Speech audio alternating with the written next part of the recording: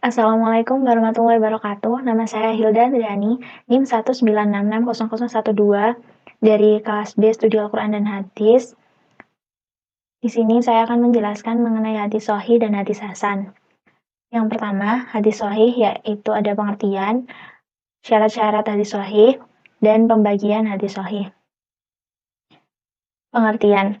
Kata sahih menurut bahasa dari kata sohah, yasihu, suhah wasihatan waswahan, yang menurut bahasa berarti yang sehat, yang selamat, yang benar, yang sah, dan yang benar. Para ulama biasanya menyebut kata sahih itu sebagai lawan kata dari kata sokim atau sakit. Maka hadis sahih menurut bahasa berarti hadis yang sah, hadis yang sehat, atau hadis yang selamat. Hadis sahih didefinisikan oleh Ibnu As-Shalah sebagai berikut. Hadis yang disandarkan kepada Nabi Muhammad SAW yang sanadnya bersambung, diriwayatkan oleh perawi yang adil dan thabit, hingga sampai akhir sanad tidak ada kejanggalan dan tidak ada berilat. Ibnu Hajar al-Asqalani mendefinisikan lebih ringkas yaitu adil, sempurna kezabitannya, bersambung sanadnya, tidak berilat dan tidak syadz. Dari kedua pengertian di atas, maka dapat difahami bahwa hadis sahih merupakan hadis yang disandarkan kepada Nabi Muhammad SAW, sanadnya bersambung, perawinya yang adil, kuat ingatan atau kecerdasannya, tidak ada cacat atau rusak.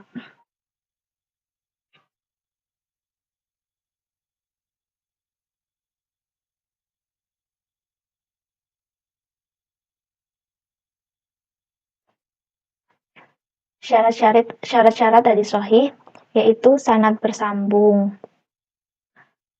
Yang dimaksud bersambung adalah tiap-tiap periwayatan dalam sanad hadis menerima periwayat hadis dari periwayat terdekat sebelumnya. Keadaan ini berlangsung demikian sampai akhir anad dari hadis itu. Yang kedua, periwayat bersifat adil. Adil di sini adalah periwayat seorang muslim yang baligh, berakal sehat, selalu memelihara perbuatan taat, dan menjauhkan diri dari perbuatan-perbuatan maksiat. Yang ketiga, periwayatan bersifat dhabit. Dhabit adalah orang yang kuat hafalannya tentang apa yang telah didengarnya dan maupun menyampaikan hafalannya kapan saja ia menghendakinya. Yang keempat, tidak janggal atau syadz. Adalah hadis yang tidak bertentangan dengan hadis lain yang sudah diketahui tinggi kualitas kesohihannya. Yang kelima, terhindar dari ilat atau cacat. Adalah hadis yang tidak memiliki cacat yang disebabkan adanya hal-hal yang tidak baik yang kelihatannya samar-samar. Pembagian hadis sahih yaitu ada hadis sahih li zati dan hadis sahih li ghairih, dan juga pula ada kehujahan hadis sahih. Yang pertama, hadis sahih li zati ialah hadis sahih dengan sendirinya. Artinya hadis sahih ini memiliki 5 syarat atau kriteria sebagaimana disebutkan pada persyaratan di atas. Atau hadis sahih adalah hadis yang melengkapi setinggi-tingginya sifat yang mengharuskan kita menerimanya. Dengan demikian, penyebutan hadis sahih li zatih dalam pemakaiannya sehari-hari pada dasarnya cukup memakai sebutan dengan hadis sahih. Adapun contoh hadis li zati yang artinya dari Ibnu Umar radhiyallahu anhu, Rasulullah SAW bersabda, dasar pokok Islam itu ada 5 perkara. Mengakui tidak ada Tuhan selain Allah, dan mengakui bahwa Muhammad ada Rasulullah.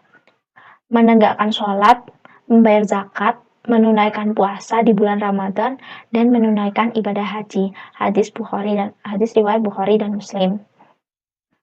Yang kedua ada hadis sahih li ghairihi. Yang dimaksud dengan hadis li ghairihi adalah hadis yang kesahihannya dibantu adanya keterangan lain, Hadis pada kategori ini pada mulanya memiliki kelemahan pada aspek kegobitannya atau kekuatan hafalan orang yang kekuatan hafalannya sehingga dianggap tidak memenuhi syarat untuk dikategorikan sebagai hadis sahih.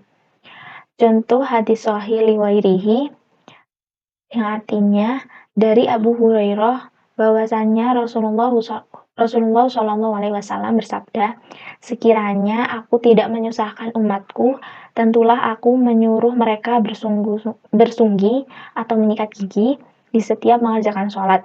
Hadis riwayat Bukhari dan Tirmizi. Kehujahan hadis sahih. Para ulama sependapat bahwa hadis ahad yang sahih dapat dijadikan hujah untuk menetapkan syariat Islam. Namun mereka berbeda pendapat apabila hadis kategori ini dijadikan untuk menetapkan soal-soal akidah. Perbedaan di atas berpangkal pada perbedaan penilaian mereka tentang faedah yang diperoleh dari hadis ahad yang sahih, yaitu tentang faedah yang diperoleh yaitu apakah hadis semacam itu memberi faedah qati'. Sebagaimana hadis mutawatir, maka hadis-hadis tersebut dapat dijadikan hujah untuk menetapkan masalah-masalah akidah. Akan tetapi, menganggap hanya memberi faedah zoni, berarti hadis-hadis tersebut tidak dapat dijadikan hujah untuk menetapkan soal ini. Para ulama dalam hal ini berpendapat sebagai berikut. Yang pertama, menurut sebagian ulama bahwa hadis sahih tidak memberi faidah qat'i sehingga tidak bisa dijadikan hujah untuk menetapkan soal akidah. Yang kedua, menurut An-Nawawi bahwa hadis-hadis sahih yang diriwayatkan Bukhari dan Muslim memberi akidah qat'i. Yang ketiga, pendapat Ibnu Hazm bahwa semua hadis sahih memberi faidah qat'i tanpa dibedakan apakah diriwayatkan oleh kedua ulama di atas atau bukan, jika memenuhi syarat kesahihannya adalah sama dengan memberi faidahnya.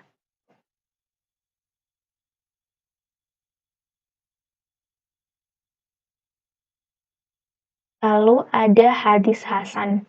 Ada pengertian hadis hasan, syarat-syarat hadis hasan, dan pembagian hadis hasan.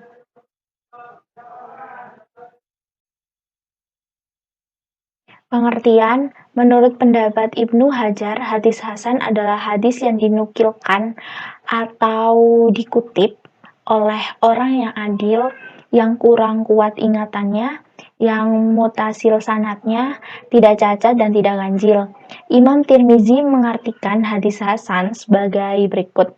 Tiap-tiap hadis yang pada sanadnya tidak terdapat perawi yang tertuduh dusta, pada matannya tidak ada kejanggalan, syadz, dan hadis tersebut diriwayatkan pula melalui jalan lain.